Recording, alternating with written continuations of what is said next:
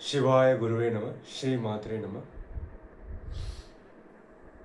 आज हमारा वीडियो हम रिकॉर्ड कर रहे हैं, उसका जो भी समझना है उसका पहले हम थोड़ा चैंट कर देंगे। सब लोग अपना आंख बंद कर लेना, 3 बार ओम चैंट कर देंगे। इसके बाद थोड़ा मंत्र जाप करके इसके बाद हम शुरू करेंगे हमारा क्लास। आंख बंद कर लीजिए, श्वास में ध्यान रख लीजिए।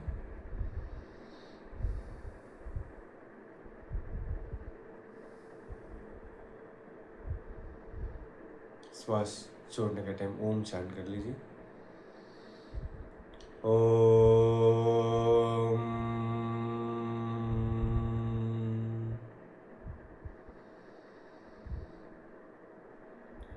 ओम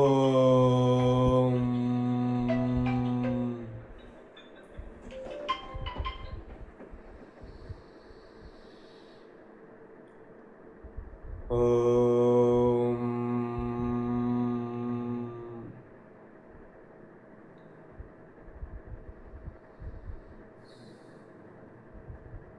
श्वास में रख लीजिए।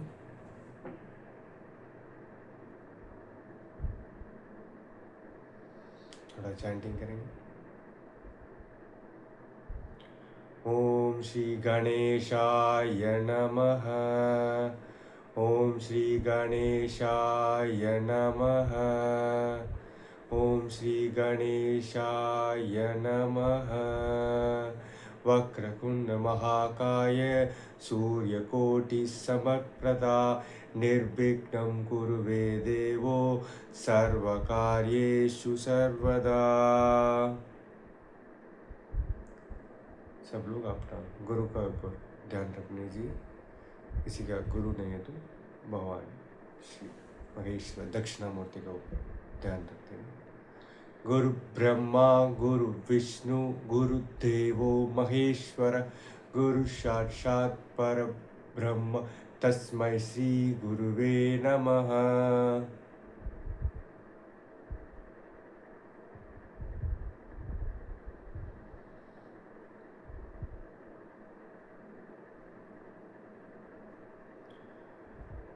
ओम भजे श्री चक्र मध्यस्थां दक्षिणोत्तरीयो सदां श्यामा वारागी संसेव्यां भवानीं ललिताम्बिकाम्।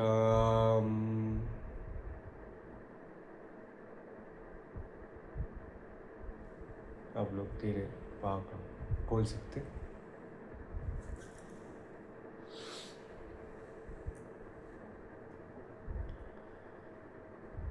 आज का जो भी हम रिकॉर्ड कर रहे हैं ये एक्चुअली मैं ऑफिस स्टाफ से कुछ बात किया था, कुछ क्लास कर रहे थे। उस अभी हमारा चैनल में देखा तो मैंने पहले कुछ वीडियोस डाला है। वो सब चीज़ अभी ऑफिस में जो मैंने बात किया ऑफिस के स्टाफ का सामने वही है।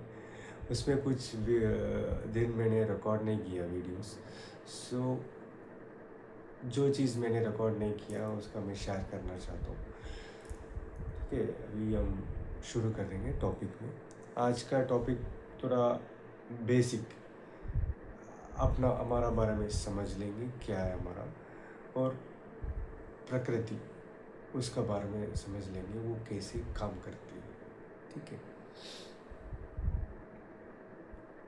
भी हम लोग सब लोग का एक सवाल भी होता है, मतलब मन में कुछ समस्या होता है कि देखो आजकल सभी का कुछ इश्यूज़ है, में भी हेल्थ में भी, हमारा रिश्ते में भी कुछ चीज़, फाइनेंस में भी कुछ दिक्कत होती है।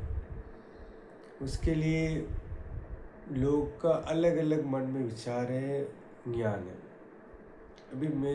अभी आपको शेयर करता हूँ जो मेरा गुरुजी और मेरा मन में जो मुझे ज्ञान मिला था वो मैं शेयर करना चाहता हूँ।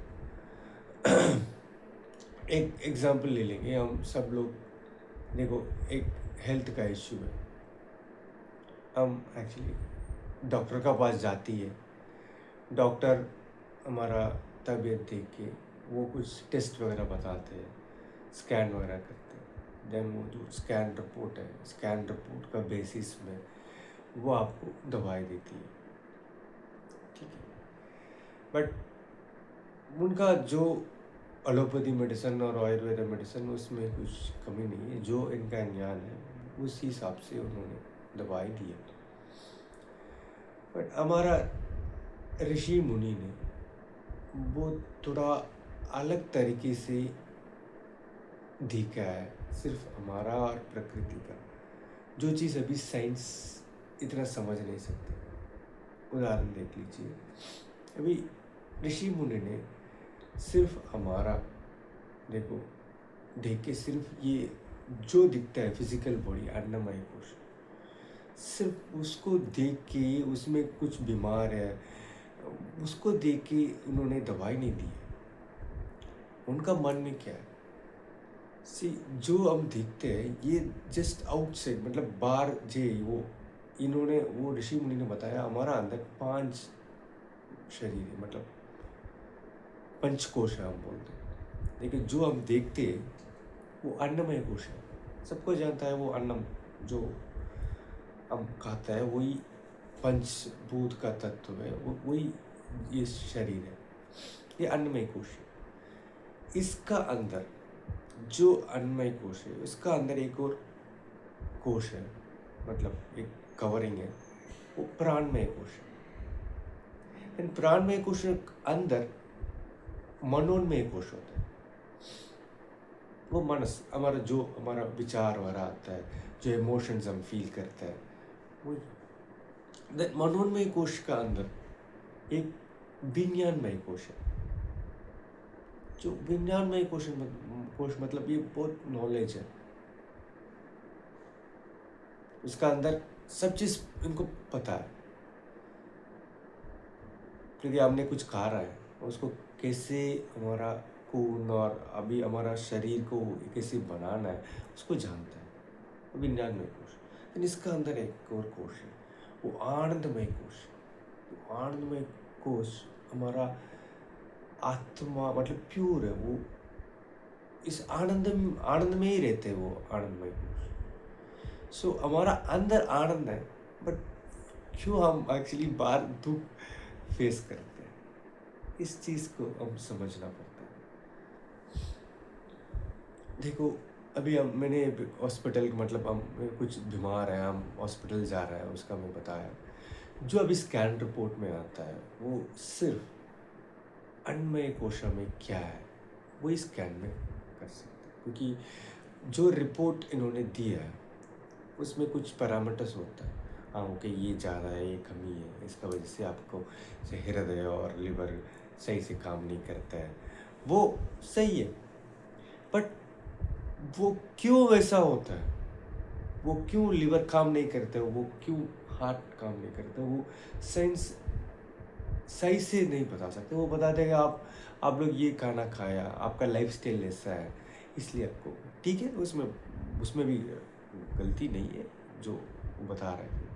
बट हमने कुछ देखना पड़ता है। अभी देखो हम कुछ बीमार के लिए चाहता है, मुझे ये प्रॉब्लम है, ठीक है, तुरंत ठीक हो गया, देन वो सही। इनकेस वो ठीक नहीं होता है, वो बार बार ही आता है, हम सोचना पड़ता है। आप देखो सी इतना टेक्नोलॉजी, हम लोग बोलते इतना टेक्नोलॉजी आ गया, से हमारा पास आयुर्वेद का बुक्स है, हमारा पास एलोपैथी का बुक्स है, बट फिर भी क्यों ये प्रॉब्लम सॉल्व नहीं होता है? तबीयत और इवन रिश्तेदार कुछ भी क्यों सॉल्व नहीं होता है? हम सब इवन रिश्ते के बारे में भी हम सबको वो न्याय कुछ ज्ञान है, फिर क्यों ये प्रॉब्लम आती है? इसके लिए थोड़ा समझना पड़ता है, क्यों क्यों बार बार आता है। अब देखो एक एक सूज, मतलब एक स्वेलिंग है, हम जाता है, डॉक्टर करता है ठीक है इसको काट दो, नहीं तो अंदर भी कुछ इंटरनल एक कैंसर वगैरह है, हम इसको निकालते हैं, बार दोबारा आती है। उनका एक्सप्लेनेशन अलग है, थोड़ा वायरस है, बैक्टीरिया है, सो अंदर आपको स्प्रेड हो गया, सही है। बट हम हमारे ऋषि मुनि ने उसका बात थोड़ा अलग, उनका उनका सोच थोड़ा अलग है। उन्होंने सिर्फ अन्नमय कोश नहीं देखा है, देन इसको देखे प्राणमय कोश, इन्होंने उसका पूरा स्टडी किया और प्राणमय कोश कैसे काम करती है, देन इसका बाद मनोन्मय कोश, इन्होंने उसका भी स्टडी किया इन्होंने, देन विज्ञानमय कोश उन्होंने स्टडी की। ठीक है, ये हमारा शरीर है, देन इसका बिना एक और प्रकृति का एक मतलब रूल्स है, मतलब लॉ हम बोलते हैं, उसका वजह से ये पूरा दुनिया पूरा यूनिवर्स ही चलाता है। उसमें आप लोग मिनिमम 4 लॉस का बारे में समझना पड़ता है। पहले एक लॉ ऑफ टाइम, मतलब सबको जानते हैं टाइम मतलब जो चीज़ हुआ वो प्रकृति में रिकॉर्ड है। देखो ये भूमि है, ये मतलब तब ये आया, सूरज से आया, सो उसका रिकॉर्ड है। वो ये हम साइंस में देखा तो ये बताता है इतना साल पहले ये ऐसा था। सो सब चीज़ वो प्रकृति में ये रिकॉर्ड में, लॉ ऑफ टाइम, इसको कोई चेंज नहीं कर सकता, वैसे ही रहेगा।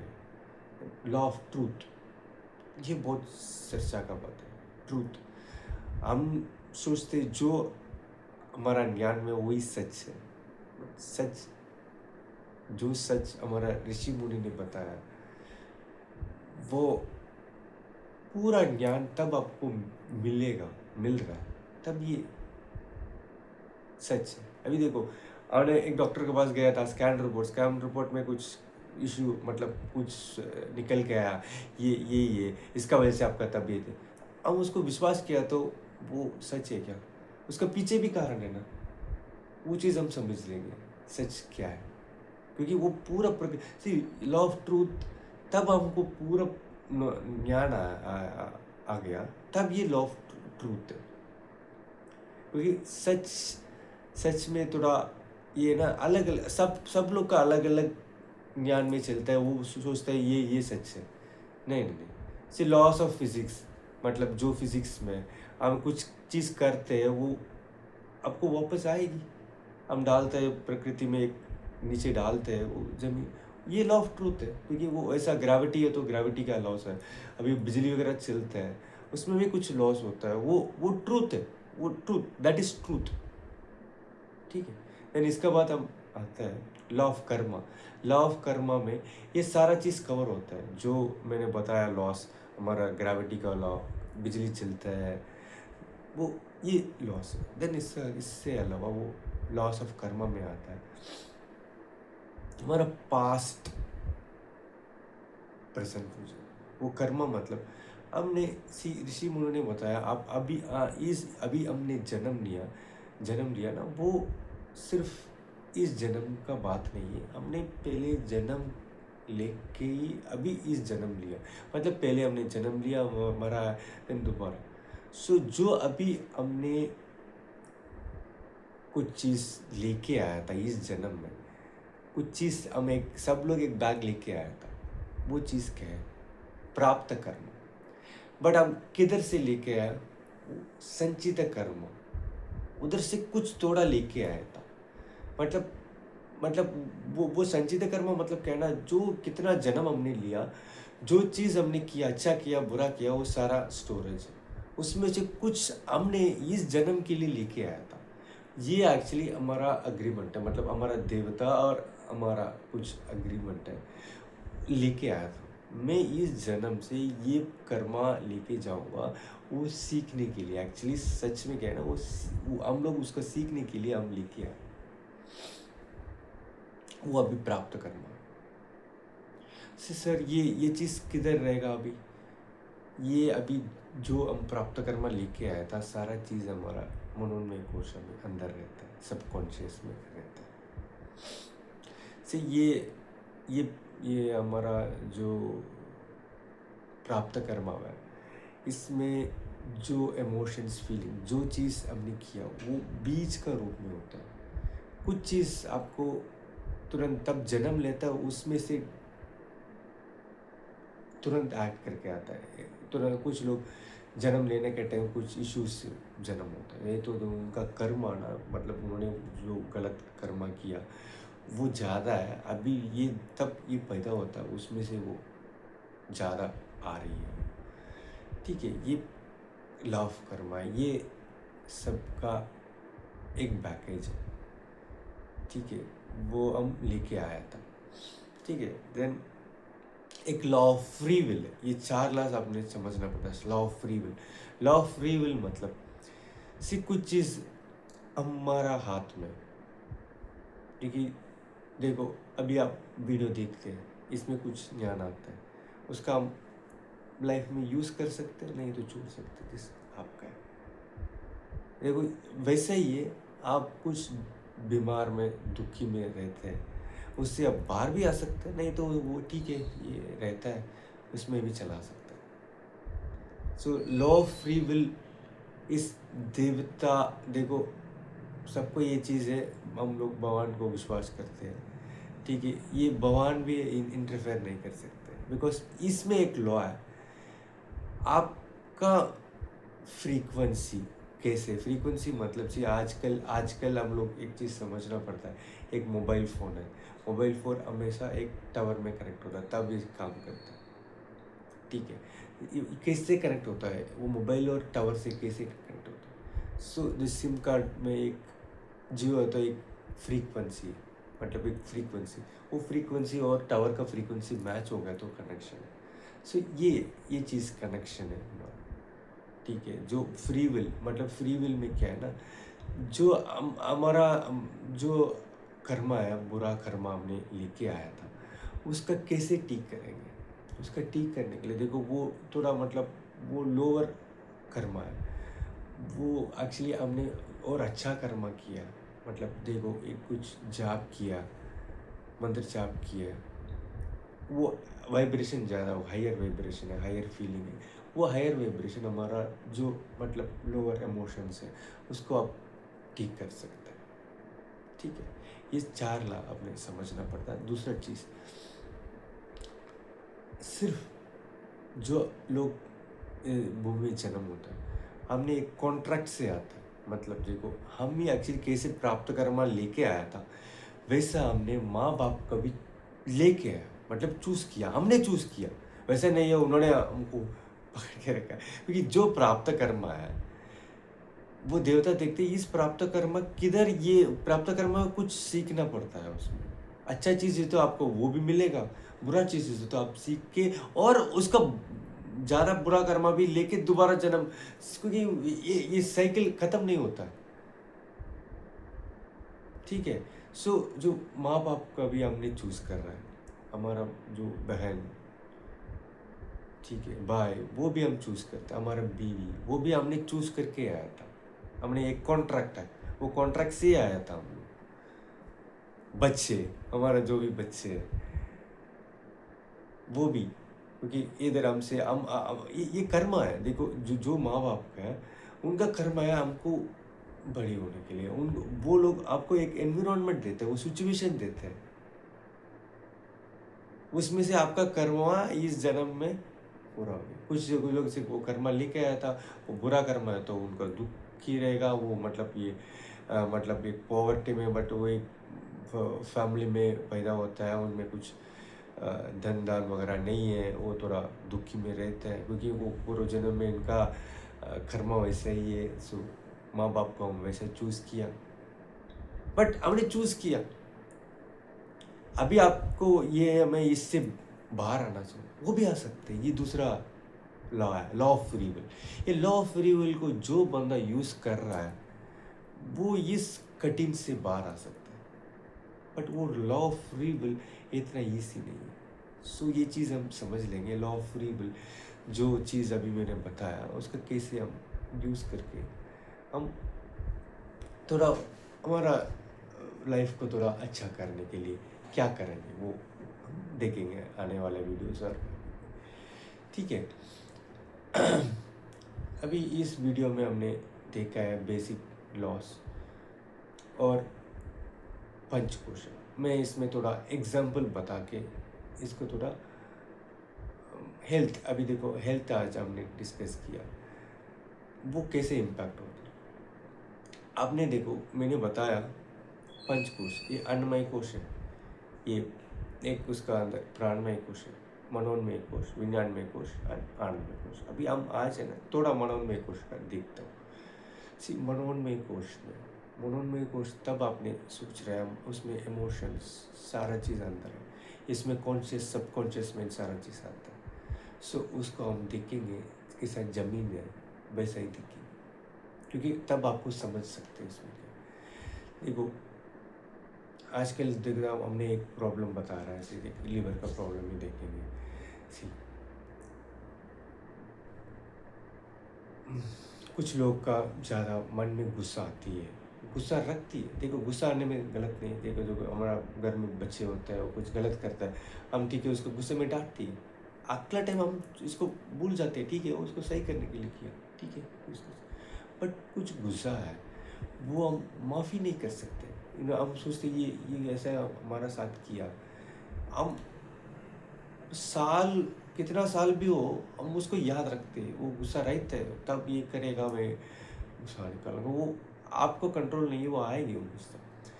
वो गुस्सा हमारा मनोन्मय कोश में रहता है ना, वो गुस्सा गुस्सा एक्चुअली मनोन्मय कोश से क्या है ना, वो सिर्फ गुस्सा हमारा लीवर का अफेक्ट करेगा, लीवर का अफेक्ट करेगा, बाकी ऑर्गन से भी अफेक्ट हो जाएगी। वो मैक्सिमम वो गुस्सा हमारा इसमें स्टोर हो गया, उसका इम्पैक्ट इधर है लीवर, ठीक है लीवर और हमारा आंखों में वो रिफ्लेक्ट होता है। वो कैसे होता है, मनोन्मय कोश के ऊपर एक प्राणमय कोश है, प्राण शक्ति, प्राण शक्ति। सो वो प्राण ये क्या करता है, वो मनोन्मय कोश में जो भी गुस्सा है वो प्राणमय कोश में थोड़ा इम्पैक्ट करता है। वो इम्पैक्ट मतलब क्या है, उस अंग का मतलब जो लीवर है उसमें प्राण शक्ति ज़्यादा जाएगी और कम जाएगी, उसका वजह से उसका काम गड़बड़ होगा। देन वो लीवर काम सही नहीं करता तो हम क्या करेंगे, देन वो आपका जो भी उसका वजह से जो अन्नमय कोश में बीमार आना शुरू करेगा, पूरा सिस्टम ही बदल देगा। सिर्फ एक अंग में डैमेज है तो बाकी अंग भी उसका पूरा केमिस्ट्री, क्योंकि वो लीवर है हमारा, वो केमिस्ट्री है, वो केमिस्ट्री मेंटेन, केमिस्ट्री मतलब दादूस वगैरह वो मेंटेन करता है, उसमें एक ऊपर नीचे कर देगा देना आपको सारा चीज़। अभी डॉक्टर वो इसलिए देखो हमारा ब्लड टेस्ट करेगा, वो कर स्कैन करेगा, बता देगा ये वो लीवर में थोड़ा सूजन है, देन आपका ब्लड में ये इश्यू है, देन वो एक दवाई देता है वो केमिस्ट्री को बैलेंस करने के लिए, बट वो दवाई आपको गुस्सा नहीं निकालेगा। ठीक है देखो इसलिए ऋषि मुनि ने क्या देखा है, वो अंदर है, वो मनोन्मय कोश में वो गुस्सा है, यही आपको प्राणमय कोश का थ्रू अन्नमय कोश में रिफ्लेक्ट करते हैं, वो चीज़ आप समझना पड़ता है। अभी देखो हमने सीधे मैंने लीवर का बताया, एक हार्ट का भी देखो, हृदय का प्रॉब्लम लोग बोलते हैं, तो हृदय तो क्या, हृदय प्यार का जगह है, हमने उसमें कुछ मतलब ये गलत चीज़ हेट मतलब इसका क्रोध रखा है, इसको मुझे पसंद ही नहीं है एक चीज़। बट देखो ये नहीं है हमारा, किसी किसी का ऊपर भी आपको क्रोध है, मतलब इसका ये क्या ये उनका उनका काम आपको पसंद नहीं है, वो हृदय में स्टोर होता है। किसी के ऊपर भी आपने रखा है, सिर्फ मेरे ये बोलेगा सर मैं फैमिली में सबसे प्यार करता हूँ, बट ये कुछ चीज़ अब बाहर में देखती है, बाहर वाला करता है उसको भी हम हेट करते हैं, नहीं इसका ये क्या है, वो भी हमारा अंदर मनोन्मय कोश में स्टोर होता है। वो धीरे धीरे क्या करेगा, आपको प्राणमय कोश में इम्पैक्ट करेगा, आपका हृदय जो काम करना है वो काम नहीं करेगा, हीलिंग भी नहीं होगा, वो काम नहीं करेगा। अभी डॉक्टर चेक करके इसको जो भी ऑपरेशन वगैरह करता है, लेकिन फिर भी वो बार बार वो आता है, क्योंकि वो अंदर है मनोन्मय कोश में, उसका बीज अंदर है, इसलिए मैं जमीन का पढ़ा, वो जमीन वो बीज अंदर है, वो बार बार वो बड़ी होके आपको इम्पैक्ट करती है। सो अभी अभी हम क्या करेंगे, सो जो इसके देखो अभी मनोन्मय कोश कैसे सही करेंगे, तो इस चीज़ के लिए हमने थोड़ा और समझना पड़ता है, वो आने वाले वीडियोस में हम उसका बारे में चर्चा करेंगे, ठीक है, क्योंकि वो एक वीडियो में ज़्यादा हमने बता दे तो ना वो मन में नहीं रहेगा, मन भी इसलिए थोड़ा धीरे धीरे हम तब आप लोग समझते हैं, देन आने वाले वीडियोस में थोड़ा टाइम हम ज़्यादा इंक्रीज करेंगे, ठीक है।